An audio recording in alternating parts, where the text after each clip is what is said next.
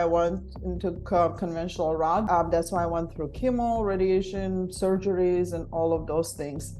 But second time, I was looking for someone to help me, to guide me. So many things that didn't make sense to me. Like when I would think about it logically a little bit, when I start changing a lot of things, my diet, my life, everything, my mindset, I mean, like it was like basically 180 degrees turn for me. Lifestyle, nutrition, consciousness, and awareness. We really do need cancer coaches out there. Welcome to tonight's episode of the Health King's Court. I'm your host, Zach the Health King. A quick disclaimer to keep myself out of trouble. Anything that you hear in this podcast is not intended to be taken as medical advice. The thoughts and opinions you hear shared are just that, thoughts and opinions. And any action that you take based on what you hear is done at your own risk. With that covered, I would like to introduce tonight's guest. All the way from Russia originally, and now living in Austin, Texas. She's a functional nutrition and lifestyle practitioner. She's a 2-time breast cancer survivor, and now a holistic cancer coach certified with the beatcancer.org certification program. That's a Miss Maya Simone. Maya, you said it's a wonderful sunny day in Texas, but how are you doing? I'm doing very well, thank you. It's a beautiful day in Texas. Good. So I already know a little bit about your business myself, but I want to dive into it for the people who don't know. So you're a cancer coach, and what does that really mean to you? Um, it it basically means a lot to me when but I never thought before I was diagnosed with cancer or to become a cancer coach. Coach itself, I was so far away from the coaching people with nutrition or anything like that, and overall had no idea there's something like that even exists. When I was diagnosed with cancer, first time I started hearing a little bit more about it, but I couldn't I didn't dive in more further and to understand what exactly coaches do. In terms of, I think that my mind was just basically occupied through with the process of treatment and like recoveries and all of those things. So I didn't dive in, but after the reoccurrence of cancer, that's when I start kind of looking more into and understanding of a difference, how big of a difference could our lifestyle make in our health conditions. So, and I start diving more deeper in it and changing everything about myself. And I just realized how big of a issue it is for people when they have no knowledge when it comes to lifestyle, nutrition, consciousness, and awareness, all of those things, and how important it is for people to know. And me, myself, I was looking for someone to help me, to guide me, because it's so hard. Even when it comes to nutrition, when you trying to eat something, you're always in the back of your mind, it's like, okay, is this going to fit cancer or it's not going to fit cancer? Is this good for me to eat or not? It's like, am I doing something right or am I doing something wrong? It's a lot of stress on the body itself, just by going through those simple thoughts on a daily basis, without not knowing, what's the effect of the food does to the system, to the body. So, and diving in, learning more and more, and understanding more deeper, and recovering from it, from cancer, and just kind of the entire pathway brought me to the stage. Like when people start finding out that I kind of went through took natural approach second time with cancer, and I did it a lot of things myself, they start calling me and asking for advice. And that moment is just kind of the past brought me to, people need that. People need support. People need to understand. People need to acknowledge. And I just looked more deeper into it, joined like beatcancer.org with other courses in functional nutrition and lifestyle systems. So that's how I became cancer coach. And that's a really interesting backstory because you have experience on both routes. your first time around, you went conventional and got Right. to see the experience there, and then eventually the cancer came back. And then you said, okay, let me try the holistic route. And then you kind of just have been diving into that route the Yeah. since then. And since that you've been going the holistic route and working with yourself, have you had any recurrences or thoughts of recurrence, or ever a time where you thought, okay, maybe it's happening again, or you really had the confidence since then that it's gone and in the past? Yeah. It's, there's a moments, I wouldn't lie, there's a moments when you feel a little bit discomfort here and there, you go, oh, OMG, like, is there something like happening in the body? I didn't have any recurrences, no, after that. And but then I tell myself that as much as I know right now, the knowledge I have now is way greater than the knowledge I had before.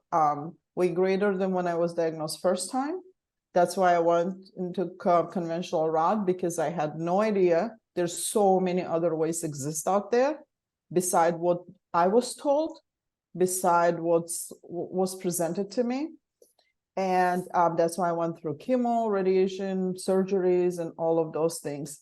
But second time, when I decided to dive into that myself, because reoccurrence means in my understanding, it's something wasn't taken care of properly. That's why it's coming back. So I start diving more deeper into understanding my own body. Me graduating nursing school back at home in Russia, it's kind of understanding physiology and biology. It's kind of so many things that didn't make sense to me, like when I would think about it logically a little bit.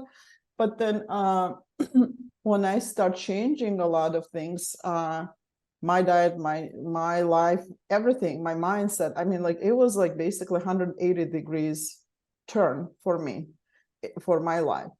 And I start seeing the changes, like within like 2 weeks, as soon as like 2 weeks, like, improving in sleep, in health, in energy. This was completely opposite when I was going through chemotherapy and radiation, when my health on a weekly basis would go down, down, down. But here it was opposite. It's like on a weekly basis, it's just going up and up and up.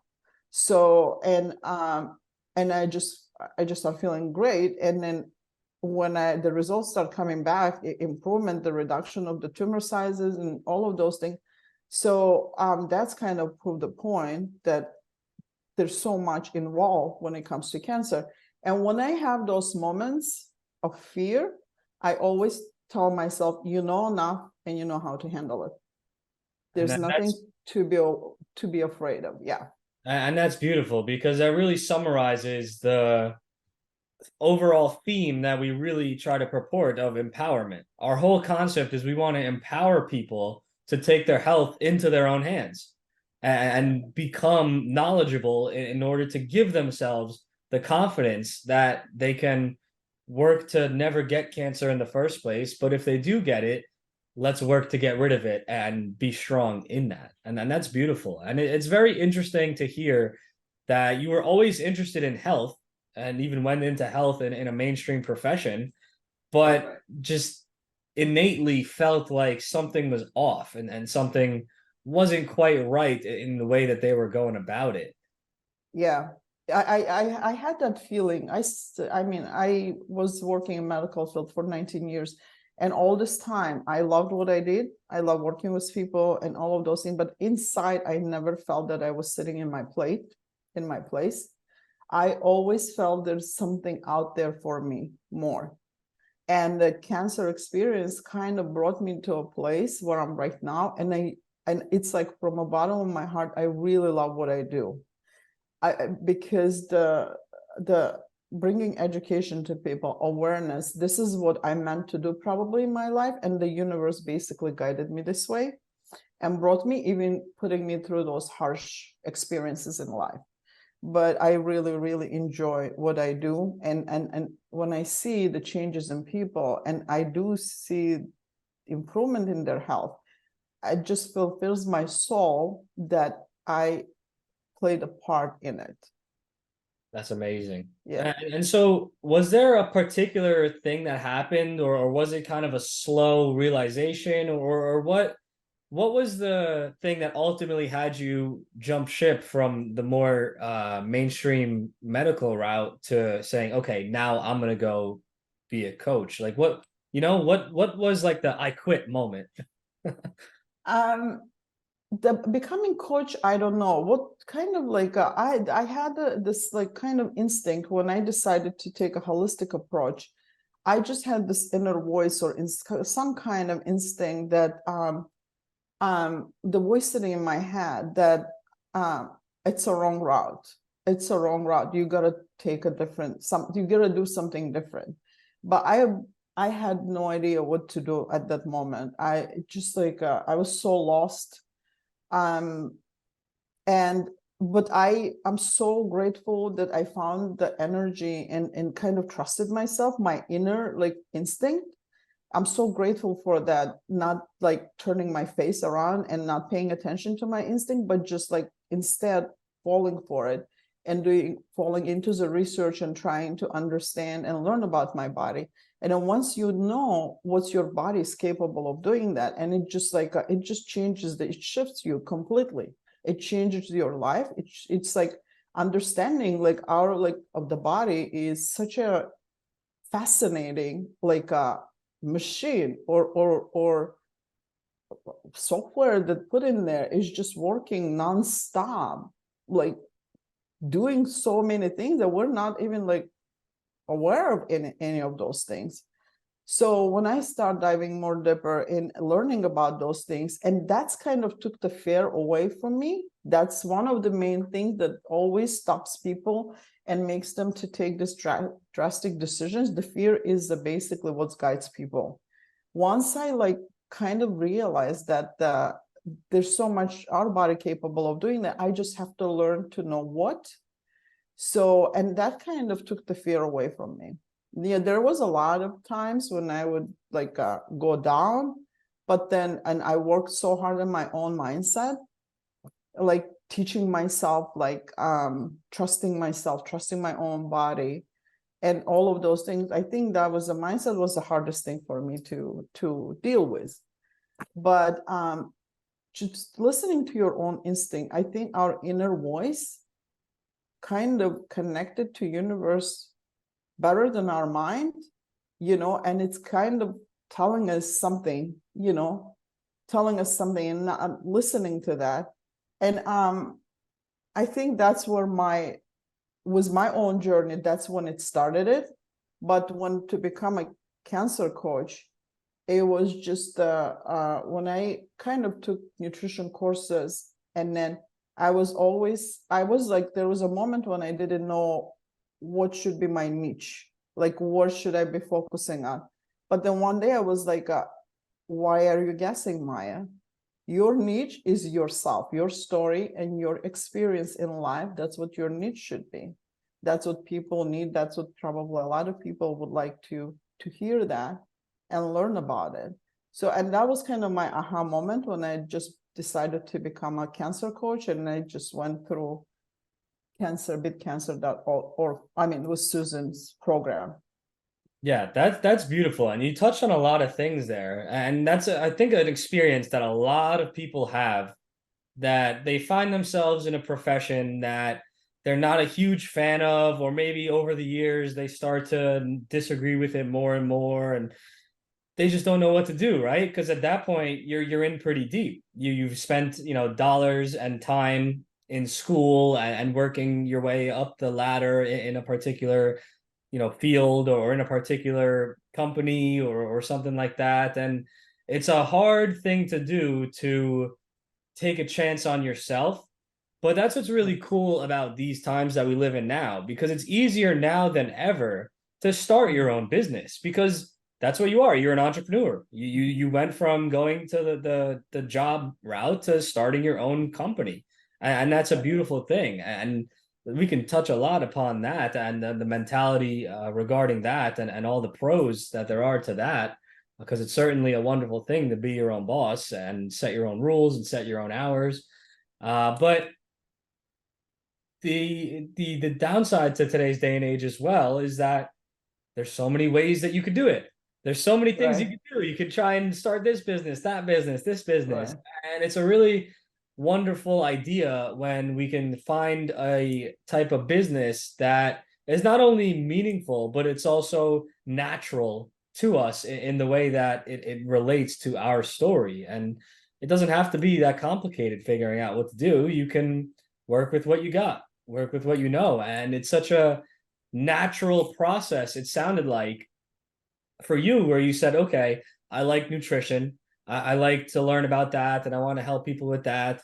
And then, okay, but even that's a little vague. How do I niche down? Because that's very important. You don't want to be too broad of with your offer. And you right, said, okay, well, I learned about this and helped myself with cancer. Now I want to help other people. And that's a really common theme that we see amongst the coaches. And it's something that is gonna be a natural point that someone finds themselves in when they're listening to that guiding intuition.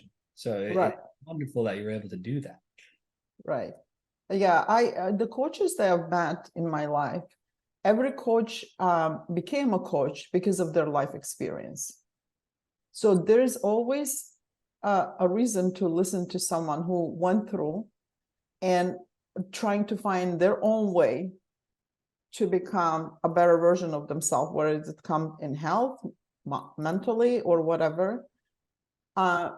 Because like for me, I mean, I did so much. Like if I would go in details in depth, I did so much just to because I wanted to live. I want to be there for my children, and just because I love life, and I did so much just to survive. And on the top of it, I learned so much that I never learned graduating nursing school, working in the medical field for so many years, that no one would touch those simple basics of life that that we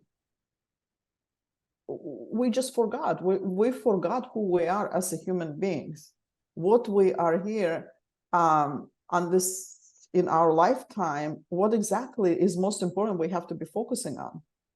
The focusing on is basically about yourself, your family, the love, and taking love, accepting love, and giving love away. So that's basically the main, like, I do get that question actually a lot when people, my clients, would ask me, what is there one thing that you took out of your experience with cancer? I said, the most important thing I learned is just going back to our roots, who we are and what we meant to have in this world. Like, I learned so much in the beginning as every other person. Like, I tried so many different things. I thought, oh my gosh, I need this one. I got to get this one. I got to go through this therapy. Oh, I need this IV therapy. I need this supplement. I need those.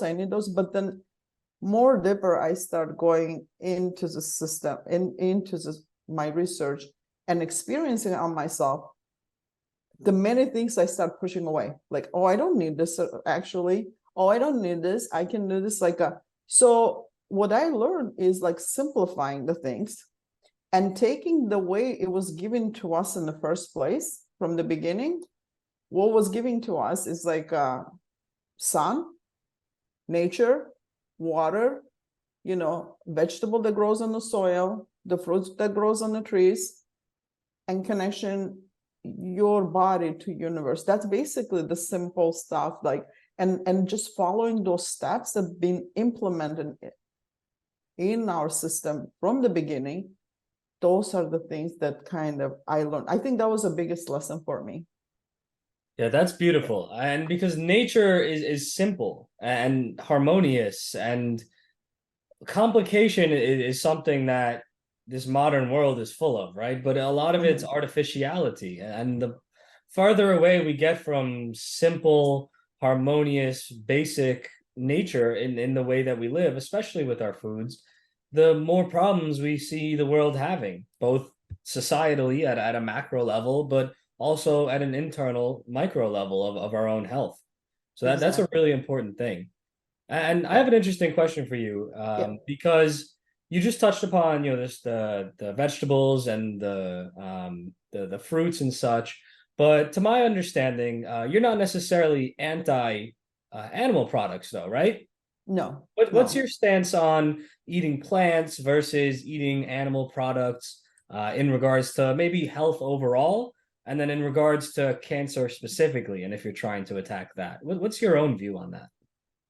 So, my understanding is the cancer is basically a metabolic process in our body. When there's something goes wrong inside, that our own cells, it's not like the cancer is not something that comes from outside and just try to settle in the body. It's just basically our own cells when they start growing abnormal, and understand why is it start growing abnormal. That's, I think, the key. So what makes cancer grow is the stuff like sugar, and when there's changes in metabolism, damages to mitochondria, all of those things, the cancer start growing in the system. And there's a lot of researches, a lot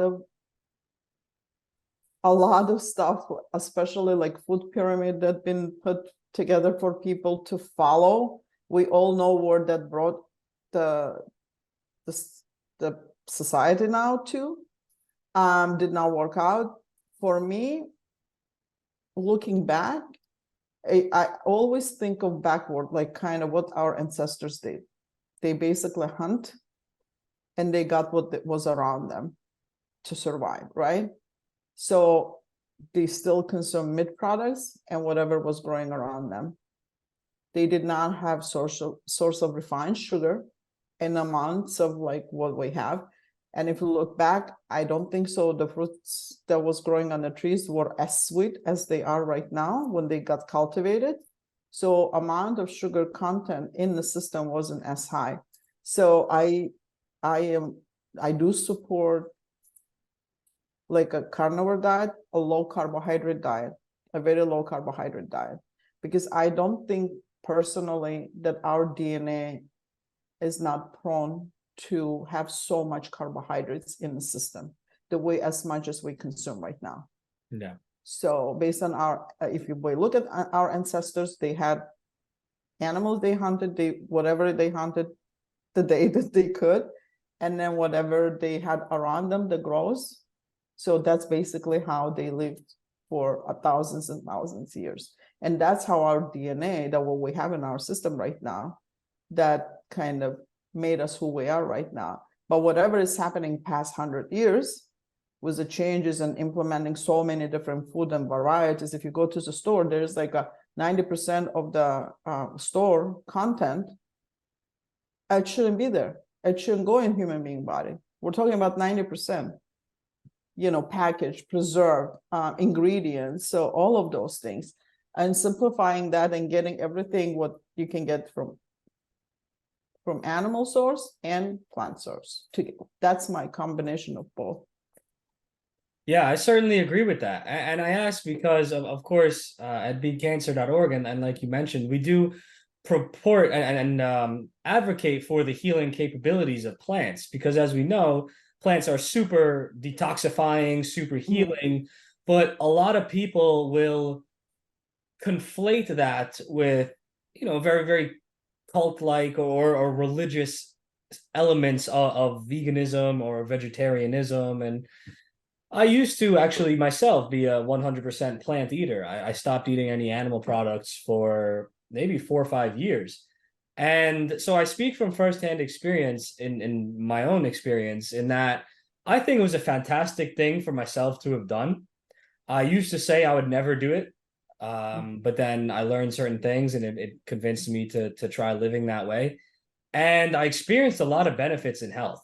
I certainly detoxified, and I could tell my body was purging out stuff over time that had built up. Because growing up, as a child, you don't really choose what you eat. And my parents didn't necessarily know better. And so I did eat a lot of processed stuff and some artificial things and things that I would never touch today.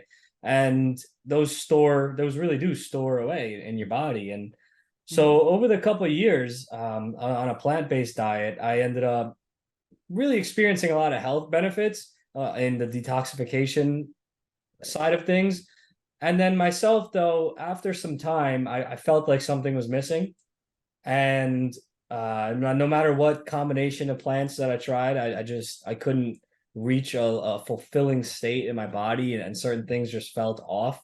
And then philosophically, I became more open to the eating animals and animal products again. And then I just decided to try it out, and Mhm. it's been a fantastic uh, re beginning for me. Now that the way I see it is the plant-based diet allowed me to strip down any like illness in my body to a strong foundation. And now with the animal products and then the appropriate plants as well, I am able to build upon that foundation that was stripped down. Mhm. And so that's kind of how I see it personally, which is Right. I think it's a commonly growing mindset towards it these days. Right, right. I totally agree with that. And it all depends on individuals, the way they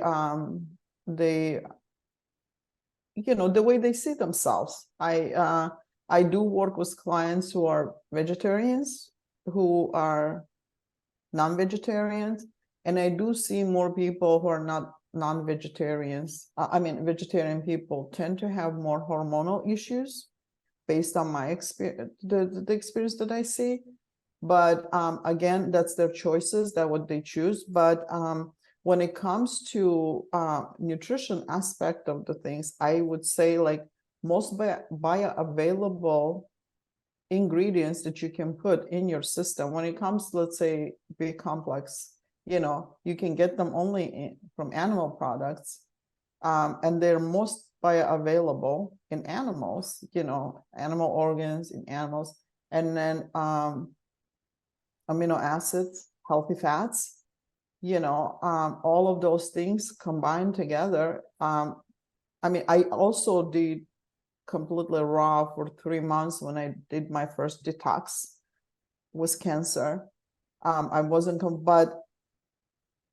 but even then I would implement, I wouldn't say like it was completely raw, because I would be wrong. It's like once a week I would add source of salmon of an animal product to that meal once a week, just to get those healthy fats into the system. So that's basically how I started it with my personal protocol. And So yeah, so that's very interesting. And then that's why I was going to ask, because what we're talking about is cancer, right? right. And so someone recommendation for how you should eat if you're specifically trying to attack or prevent cancer, that doesn't mean that's a one size fit all Mhm. prescription of this is how you should always eat, right? And so there's a Right. difference there. Right. Totally, totally. It all depends on by individuality. I have clients who are on keto diet. They're doing good on keto. Tried others, but until they went on keto, they didn't get the success.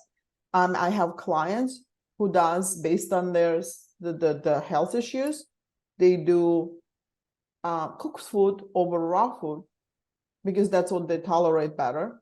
I have plant-based people, the clients. So it all depends on by individuality. You cannot just like think of, oh, just because someone is doing, there's no diet that fits everyone. You always have to listen to your body. Your body will give you the signal. Your body would tell you, based on the way you feel, based on the aches or the way you feel. You constantly have to feel your body and listen to it.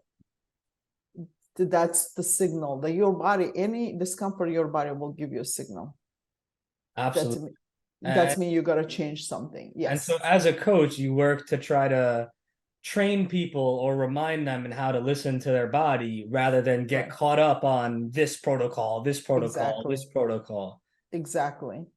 Every client that I work with on the end, they always come out as someone who gained a lot of great knowledge about their body, about themselves, and they learn how to listen, how to handle.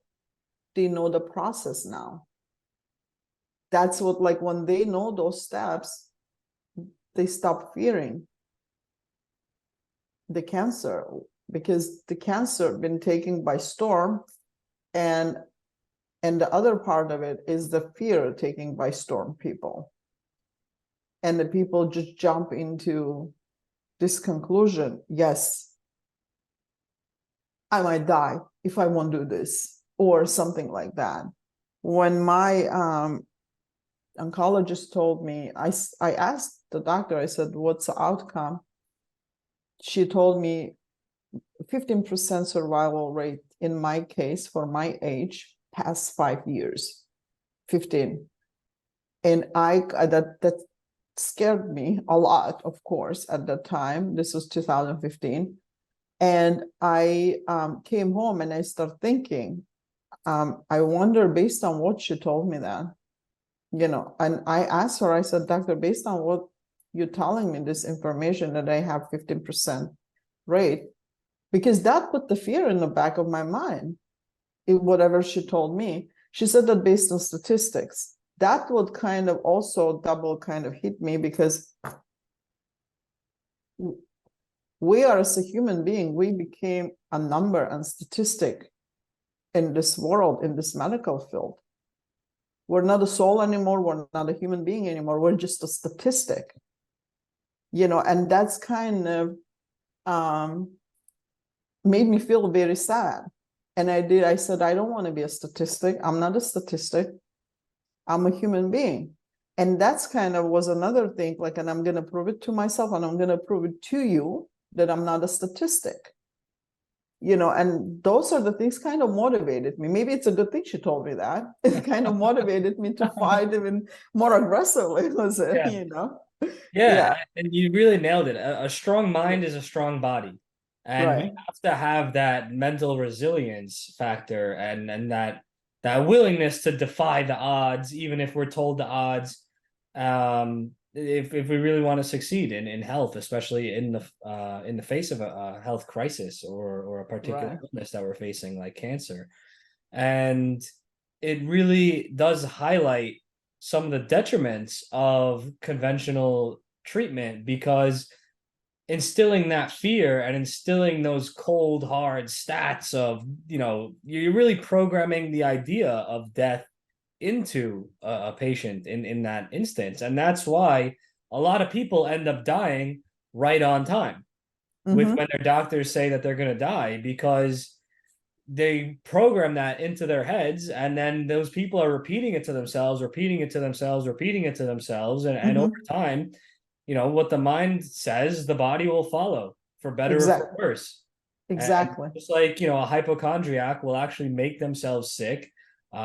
Placebo effect can actually repair your body. You can actually heal just from thinking you did something that's going to make you heal. Well, you can also go the other way and end up shortening your own life, unfortunately, if you really live in that despair and live in that concept that I am going to die. Your body's like, okay, and it just kind of gives up. And that happens a lot of the time, I think. Yes. One thing I learned is your body would listen to your mind. Whatever your mind's health status is, your body would listen to that. Your mind can kill, your mind can heal. This is what I learned, because it is a hard process. I'm not saying it's an easy thing to do, because I remember there's no days that I don't fight with my own mindset. There's no such a day. That every single day, because if you let it go, the body has a memory. It would jump right into that memory, into that space where you were at the time. If you let it happen, it would jump into that space and bring all these emotions and feelings back to you. You constantly have to fight with your mind on a daily basis. And how do you do that? It's just, you got to find the time for yourself. Especially when people get diagnosed with cancer, it's not selfish to love yourself. It's not selfish to take care of yourself. it's not selfish to focus on yourself only. You do have a family. We all have a family. We understand that. And but it's your time. Maybe the cancer is a signal for you. I took it as a wake-up call, basically. For me, there's something I have to change. When I look at my life before cancer and after cancer, I really, really love my life after cancer, because of cancer, I changed. What I did, I think before cancer, I was just existing like a robot, going to work, taking care of kids, mom, household, shopping. It's like a robot, everyday thing. But now I connect with myself. I connect with my mind. I connect with my soul, with my body. I do spend time in nature. I enjoy those little half an hour moments, 15 minutes moments for myself. And that's not selfish. That's when you learn how to connect to yourself, to your inner self, and accepting cancer is not an outsider. It's something here. Don't look at it as something that it came in to kill you. It came in to probably awaken you and give you the blink it's here to awaken you for something different. If you take it that way, and that different really happens. It's like an alarm bell, right? It is. Hey, something's not right. We need to make It a is. change. The body's saying I can't take it anymore. I don't want to just die on you, but you got to do Right. something different, please. Exactly. Exactly. Exactly. And even like it's like you don't have to care about, like, you gotta just convince it yourself. It's even you cannot convince yourself, do it for someone else, like do it for your own children. But there's always like I mean, transformation is phenomenal, I would say, from my own experience. And it didn't just affect me. It's affected so many members of my family also at the same time. So with that experience of mine, there's so many people had changed. And now I can touch other people's lives. And I consider that as a blessing. That's amazing. So let's talk about that. Let's talk about what that looks like a little bit. So one, if someone wanted to work with you, how would they find you? How does someone come across you?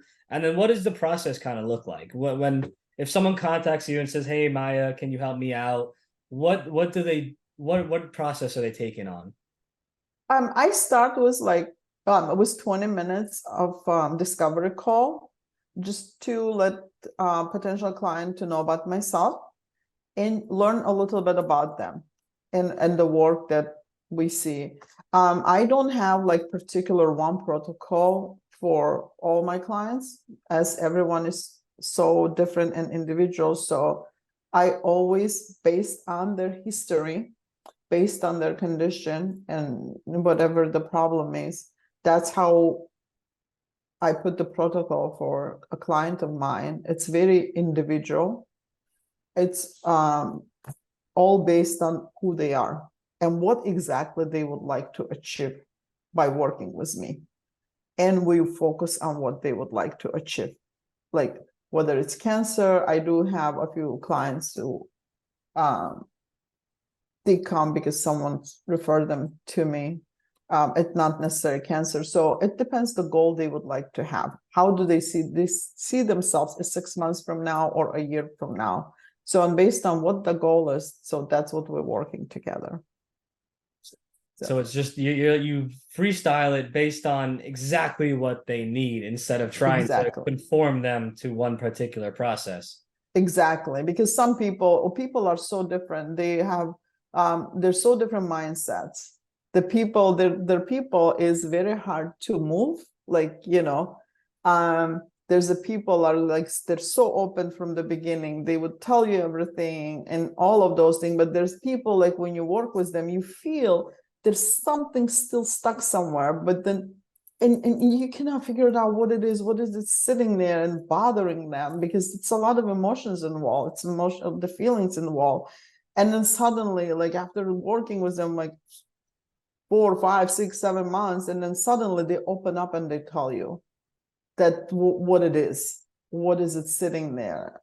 And that's what like to me is like, okay, this is what I was waiting for. I was waiting for you to open up and letting me know, because for them opening up, it's like relieving their inner self, like letting them out, for them freeing themselves, and the forgiving something or someone, and then like this is a moment when they are moving forward. That's That's why everyone is so different. And so in your scope of work, you're not just recommending, hey, you could eat this, hey, you should probably not eat that. You're also doing a bit of emotional therapy with them, right? Working through things that are just eating at them or might be kind of causing turmoil in them in that way. Yes, we work. I'm not when the cases become a little bit more outside of my scope, then I would refer them to someone that I know would do a better job than I would do. But when there's little things that when we talk about, because I remember myself like when you try to eat something, in the back of your mind, you always think, oh my gosh, is this good for me or not good for me? Should I touch it or not touch it? So, and I understand people when they start eating first time in the world of nutrition and learning, they do have those moments a lot. Like they're afraid to touch something just because like, it might fit cancer or worsen their condition.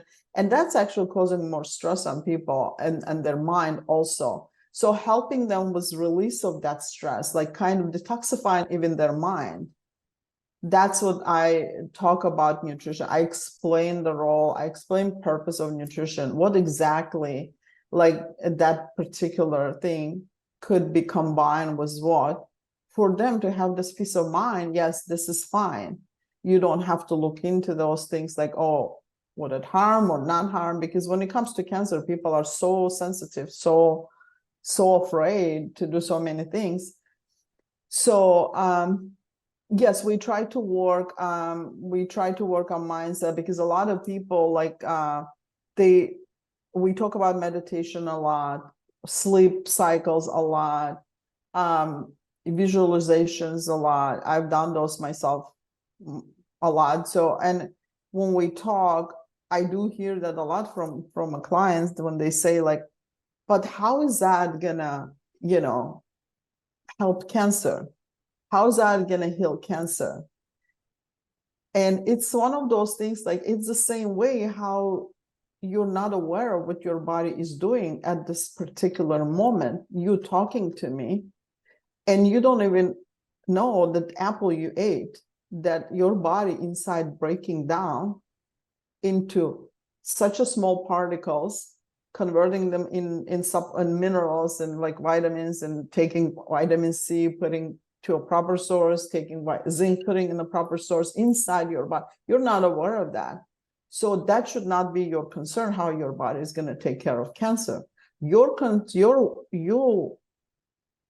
It's not your problem, basically. That's what I could see. That's not your problem, how body is going to take care of that.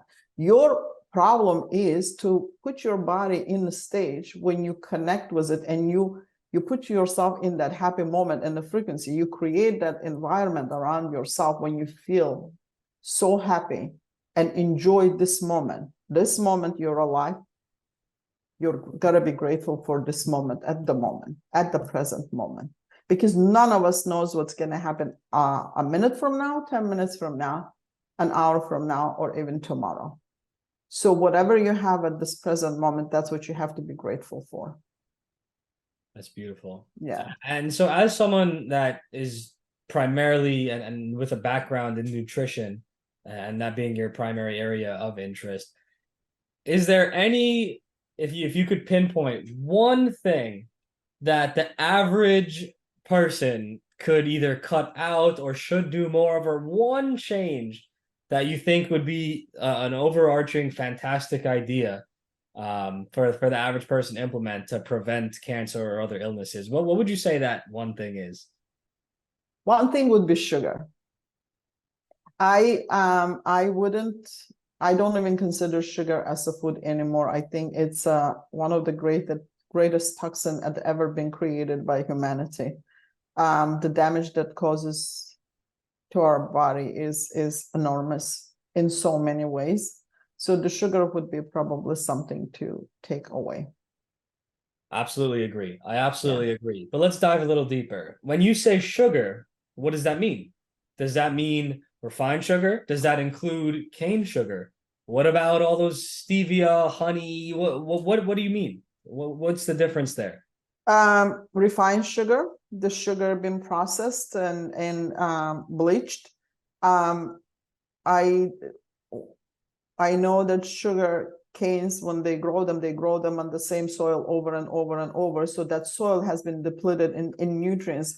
The cane that used to probably have some kind of nutrients and back many, many years ago, it doesn't have even those anymore. So the sugar is basically is a killer, I would say.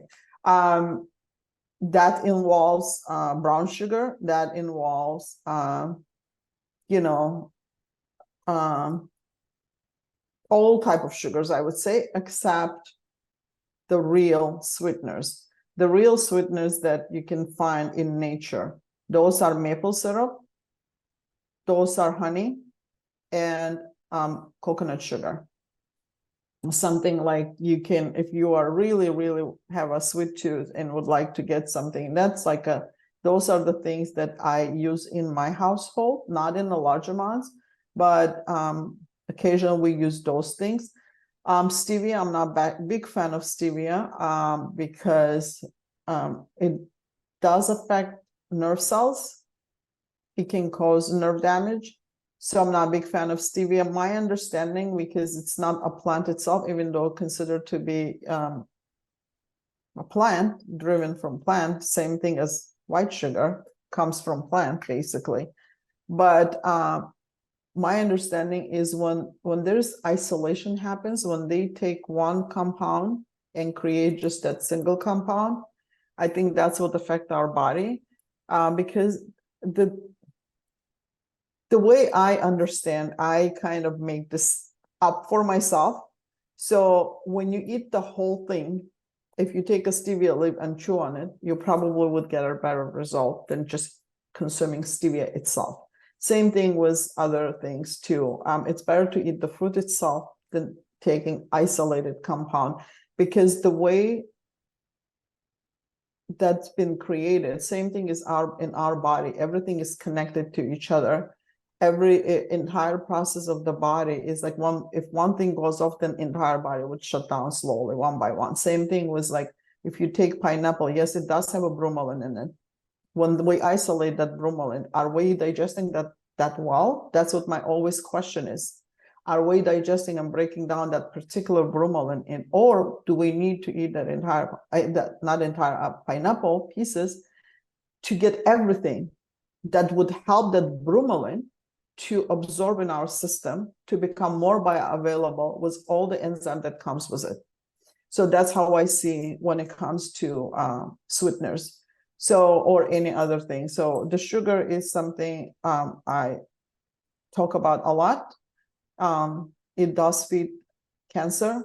It's create a fermentation process in our body that basically an environment where cancer just loves sitting in and growing.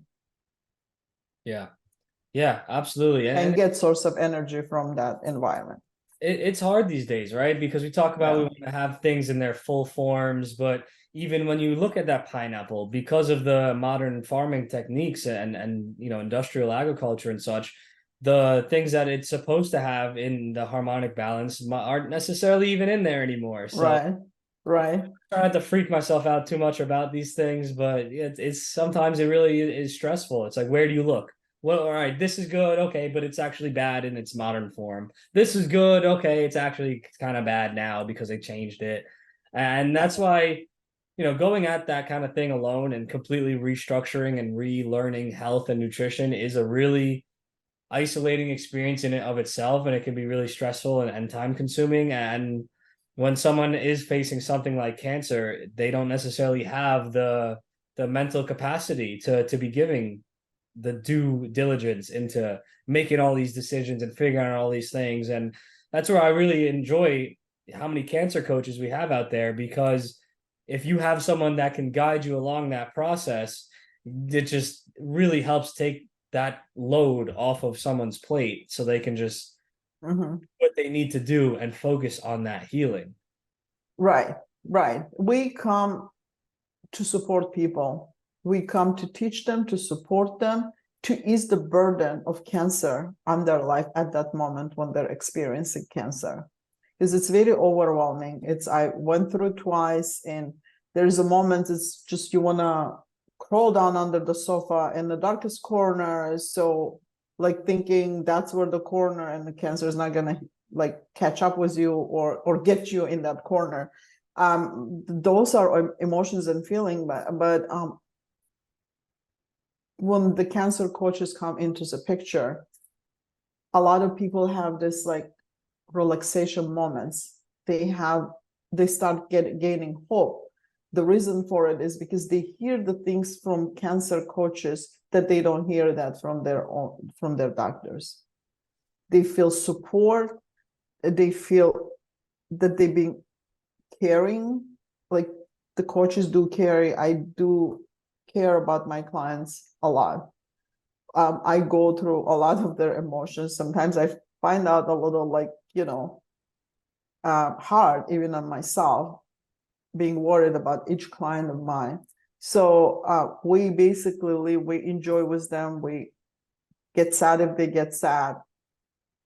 We're like right there with them, and they feel that they need that talk with someone who would take beyond, oh, you need chemotherapy and this is what you have and this is it, like basically I'm nothing beyond that. So emotional connection, like showing some kind of like how to say that, I mean, like just being there for them, with them, and for them, that changes, it takes a lot of burden off of their shoulder too. Yeah, absolutely. And so in your time as a cancer coach, I know it's been a bit of time. How many people roundabout do you think that you've helped? um i I have a few clients that were giving a year to live. One of them still alive. I think it's been 7 years now, 6, 7 years now. She's still alive. So I have a few other clients who are struggling with so many other problems for so many years. We're talking about over 20 years. We're not talking about like 5 years, or it's over 20 years. And they're at the place where they never felt before. They forgot how to feel, to live in a healthy body. It's hard for me to count. I'm trying to remember, but there's numerous of clients of mine when they're in a better place. I just got a review from a client a few days ago on my website, like how much her life changed. And we don't do anything extraordinary. All we do is changing, like helping them with their dietary changes and mindset, and maybe a few other supplement suggestions. That's all we do. And their life is just basically transforming completely different way. So it's hard, but I would say about, when it comes to cancer, probably about 8, 9 clients that went above and beyond what they were told. That's Yeah. amazing. And you really touched upon an important thing right there because this, cancer coaching and healing from cancer in a natural way, it's not an overnight thing, right? No. Especially when someone has lived for sometimes even decades in an unhealthy manner, building up toxins, building up energetic blockages, building up cancerous cells and tumors and whatnot. That doesn't just necessarily go away overnight. It takes time to reprogram ourselves and to reprogram our minds and to make the healthy choices and break that inertia moving in an unhealthy direction, get the train going in the other direction, and then build that momentum going as well. So Mm-hmm. it's really important for people to understand that. Whereas a conventional approach might just say, boom, we'll cut it out. It's cut out and done. Or is it? And when you're going a more natural route, it is going to potentially take time to the results. And unfortunately, a lot of people have in their mind that quick fix mentality. A lot of people want that quick fix and aren't necessarily willing to put in the due work to get the due quality results. But I'm sure you can attest to it. The ones that get the best results are the ones that are willing to do the work. But not everyone is, right? Right. The beauty of our body is it heals itself. It doesn't happen overnight. That is something that people have to be aware of. We replace the cells, the body in our body, cells get replaced all the time. Certain organs replace like within a few days. Certain like takes them months. Certain organs like bones, I know replaces itself every 7 years, I believe so, 7 to 9 years. So that's the beauty of our body. When I think of the way when I talk to a client of mine, I said, right now, what I'd like you to do is just to say how much you love your body and how much you grateful for the body you live in, because what you put your body through all these years before cancer, can you imagine like the stress and devastating that your body was going through before it just hit you with cancer? So you got to say thank you to your body for tolerating what we did to ourselves all this time. Was it intentional, non-intentional? But we did it, So bombarded with toxins, with the food that shouldn't go there, was basically it's torture. To me, it's like a Holocaust, like the way I could see that when people do. So just being grateful and loving your body at this moment, that's how I usually start. Let's start with this process now. Start like being grateful to your own body, to your liver, to your kidneys, to your brain, to all of those organs. Just love them. Show them love. Like, you're here. Yes, you did something in the past that brought you here, but now you know now, and you are willing as of now to change those things and ask them to work with you, ask them to be there with you and to go through the process with you. So this is a process of where our body is the greatest thing that we live in. That's one of the things. When it comes to removing organs, yes, for some people it might be, oh, just cut it off, take it out of my body, just put it, whatever. Been there, done it, cut my breast out, had a mastectomy. And the thing is, how do you live afterwards? How do you cooperate like after your surgery? For me, it was a challenge, having only one breast. Somehow at some point, I didn't feel as a full human being, as a full female, mentally, was triggering me a lot after the surgery. I didn't feel complete anymore as a female. Lots of discomfort. I still have those discomfort. So, and no one would ever tell you about it. No one would talk to you about those things. There's no surgeon, no doctor of mine ever said, this is the consequences you're going to go through after you have your breast removed. Emotional, mental, physical. No one would talk about those things. But apparently we do go through those processes. I had a hard time. There was a moment when I had a very hard time, but then I accepted it, and it became easier. So if I would go back to that moment, I would have never done it, for example. So that's what I said, like gaining a knowledge that would give you freedom. Number one, it's going to take the fear away. And number two, going to give you freedom of making your own choices. So. Yeah, that's a very beautiful thing that you just shared, and really Mhm. really Right, valuable advice for anyone that might be facing a complex decision on what route they want to go with their cancer of any variety, because certain things you can't come back from necessarily, and certain things might seem like a quick fix, but have ramifications that might not necessarily be um you might not necessarily be aware of them. So for anyone right. that's considering working with a holistic cancer coach, I would certainly clip that up and make sure that they hear something like that. That's Right. really powerful. Thank you. And on Sure. on the other side of things, if someone were to be considering becoming a cancer coach, but doesn't know if they want to go for it, or doesn't know if it's for them, or doesn't know really what that would look like. Is there any words that you would give to someone in that position? The only thing I would say, just if people would like to become a cancer coach, they have to have a passion for it. I did not become a cancer coach just because of the business aspect of it. I just wanted to teach people. I just wanted to spread the awareness of what I went through.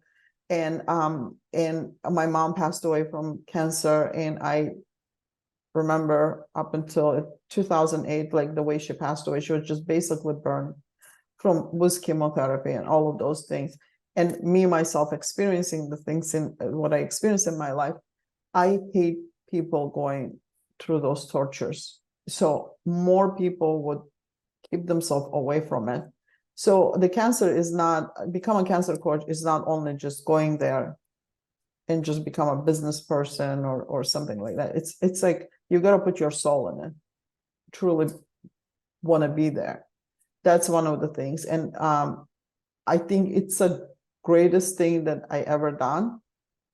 The number one, you gain a knowledge. Even though if you won't become a cancer coach, at least you're gonna gain a knowledge for the rest of your life that's gonna help you and support you. Not only you, and it's gonna come to the families and people who surrounds you. Such a great information um, to be there. But but to become a cancer coach to help people, I think there's nothing beautiful than that. If you know, even you help one person out there, that's already makes your life like, to live for. Like when you know, like, okay, I helped that person to change, then your life has like so much meanings now that you're living for. It's a beautiful thing to do. Yeah, it Yeah. absolutely is. And thank you very much for the work that you do. Thank you Thank very you. much for participating with the programs that we run at Yeah. beatcancer.org, because ultimately we love, showing you guys off and talking about the work that you're doing and helping you do what you do, and Yeah. you help us do what we do. And I Right. really love that we have you as part of our family here. Thank you. One more thing I want to add. It was cancer growing cases nowadays. We need cancer coaches. We really do need cancer coaches out there. Today's guest was a cancer coach certified with the beatcancer.org online education and certification program. Whether you're a patient with cancer yourself, a caregiver of someone with cancer, a medical professional, you want to become a cancer coach, or simply interested in learning about science-backed methods of battling or preventing cancer, the beatcancer.org online course and community is a fantastic place to start or continue your education in holistic health and wellness. You can find the link in the description of whatever platform you're on, or go to beatcancer.org and click Become a Coach. Use promo code ZAK for a discount on your purchase. That's ZAK for a discount on your purchase of the online course. As a nonprofit, all proceeds go towards continuing to offer and improve the many free educational resources that beatcancer.org offers. Cancer is far too prevalent in today's world, but it is beatable. Nobody has to feel alone in their diagnosis. Nobody has to feel lost in their healing. BeatCancer.org has your back. We've got hundreds of coaches all around the world, so do not hesitate to get the help that you need and the help that you deserve. Take your power back, and remember that you can beat cancer.